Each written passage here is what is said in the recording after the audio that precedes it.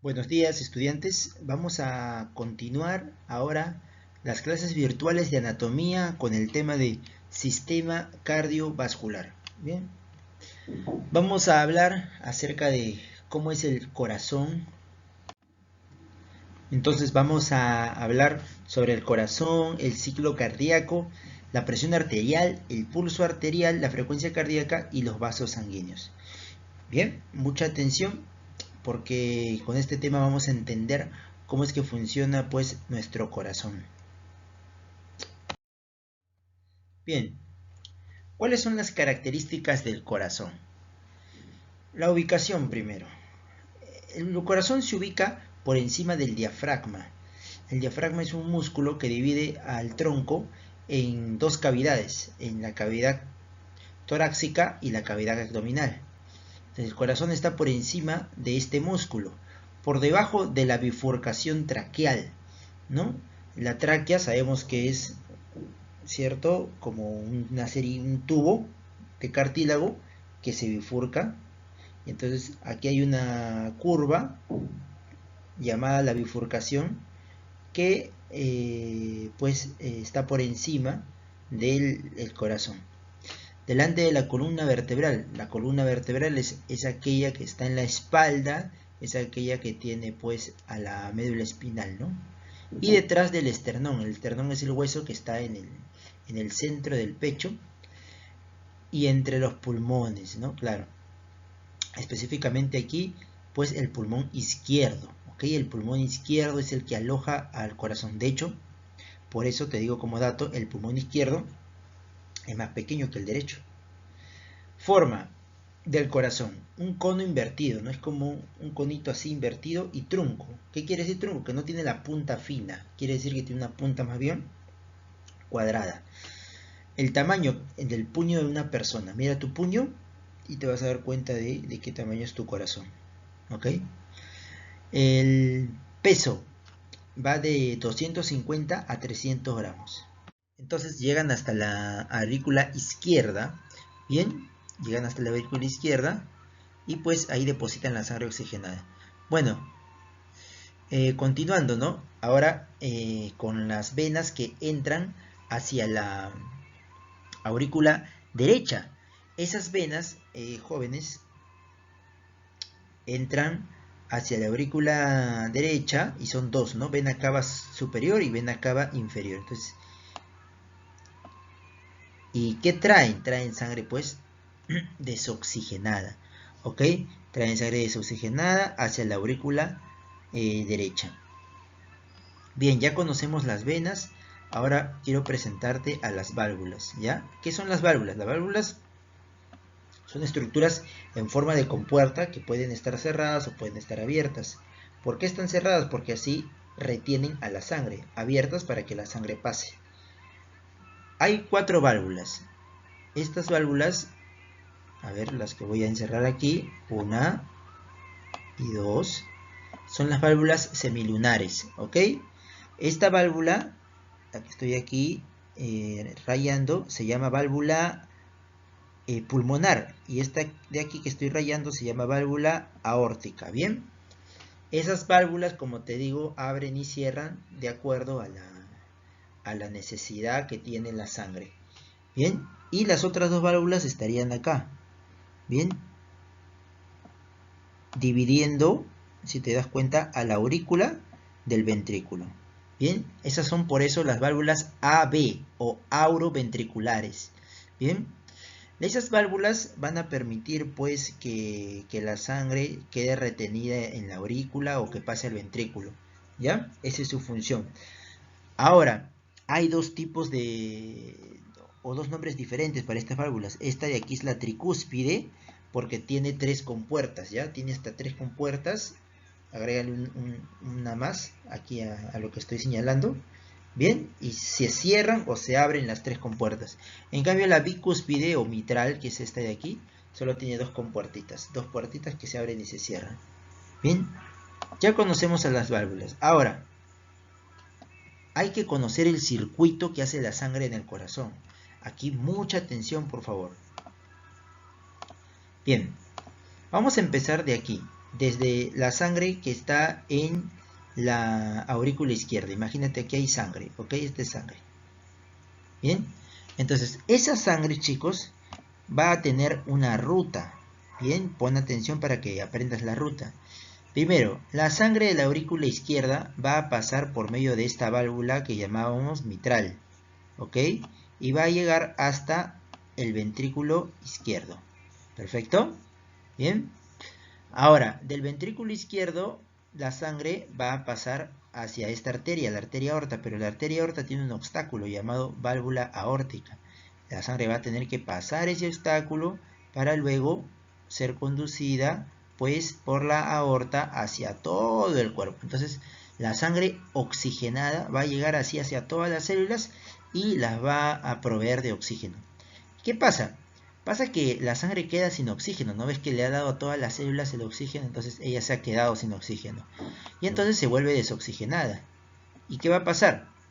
Va a pasar que ahora va a venir por medio de estas venas, las venas cavas. Viene por aquí la sangre desoxigenada, viene por aquí. ¿Y a dónde llega? Llega hasta esta aurícula, ¿cierto? Llega hasta esta aurícula derecha. ¿Y luego qué pasa? Esa sangre en la aurícula derecha pasa por medio de la válvula tricúspide hacia el ventrículo derecho. Y del ventrículo derecho viaja a través de la arteria pulmonar, ¿cierto? Pasa el obstáculo de la válvula pulmonar y va hacia los pulmones. En los pulmones, ¿qué pasa? La sangre desoxigenada se vuelve a llenar de oxígeno porque nosotros al respirar estamos alimentando a nuestro pulmón de oxígeno. Entonces ese oxígeno viaja hacia la sangre y la sangre nuevamente se llena de oxígeno. Es nuevamente oxigenada. Y bueno, se traslada pues ¿hasta dónde crees que se traslada?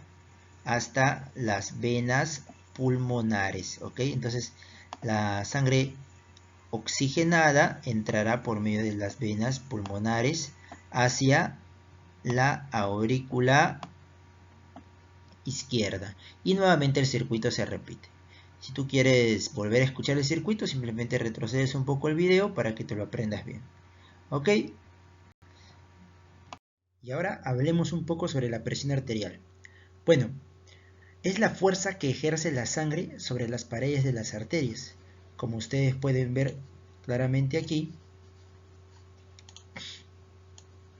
cómo esta sangre está empujando, ¿no? Está emitiendo cierta fuerza sobre las paredes de la arteria.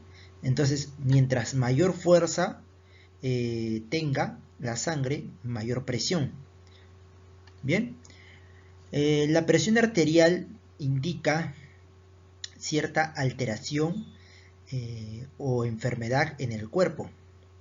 Es por eso que es imprescindible que cuando uno visite el médico sea pues puesto a que le midan la presión. Entonces, para eso tenemos este instrumento que está usando por aquí el doctor, llamado tensiómetro, ¿no?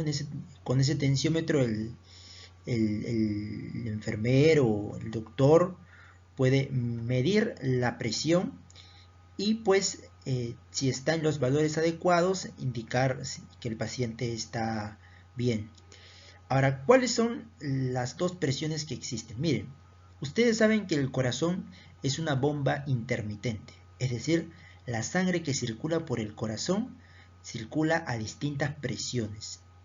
Bien, entonces ocurre lo siguiente: hay una presión máxima en el corazón, también llamada sistólica, y hay una presión mínima, también llamada diastólica. Bien, en la presión sistólica nosotros vamos a tener que lo normal es un valor de menor a 120. ¿Ok? Puede ser 110, ¿no? 115. Y en la diastólica menos de 80, generalmente 70 en adultos. ¿Ok? Entonces, si una persona tiene una presión entre 70 y 120, es una persona que está con buena salud. ¿Qué ocurre cuando la persona tiene una presión de más de 120 y menos de 80, pues esta persona tiene una presión elevada. De repente porque consumió un chocolate o recibió una mala noticia, pero eso no es síntoma de enfermedad, ¿ok? Presión sanguínea alta o hipertensión en etapa 1, ¿ok? Ya cuando la persona tiene de 130 a 139 o de 80 a 89 en su presión mínima, pero tampoco indica pues una visita al médico, ¿no? Es controlable, ¿no? Acá vienen los problemas, la hipertensión en etapa 2. Cuando una persona tiene más de 140 o tiene más de 90 en su presión mínima, ahí la persona debe realizar una visita al hospital porque de repente tiene o está propensa a sufrir un infarto, ¿no? Entonces es necesario que sí, que vaya a revisarse.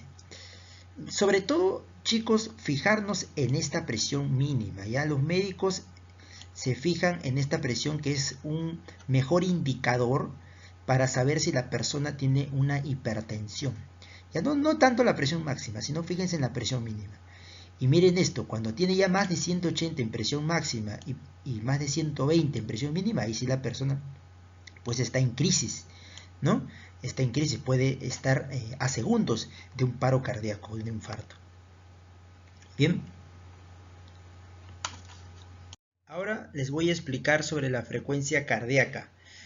Se define como el número de ciclos que se producen en un minuto. Un ciclo, o también decimos ciclo cardíaco, es mejor decirlo así, es el recorrido que hace la sangre de ida y vuelta al corazón. El ciclo cardíaco dura aproximadamente 0,9 segundos, así que en un minuto se debe dar aproximadamente 70 ciclos por minuto. En realidad no hay un número exacto que nos diga cuántos ciclos se dan en un minuto. Hay un rango que varía de acuerdo a la edad. Miren, por ejemplo, en el cuadro tenemos a los lactantes. Los lactantes tienen ciclos de 120 a 160 por minuto, es decir, su corazón parece que bombea más rápido. Esto es claramente porque ellos están en una etapa donde su metabolismo es alto.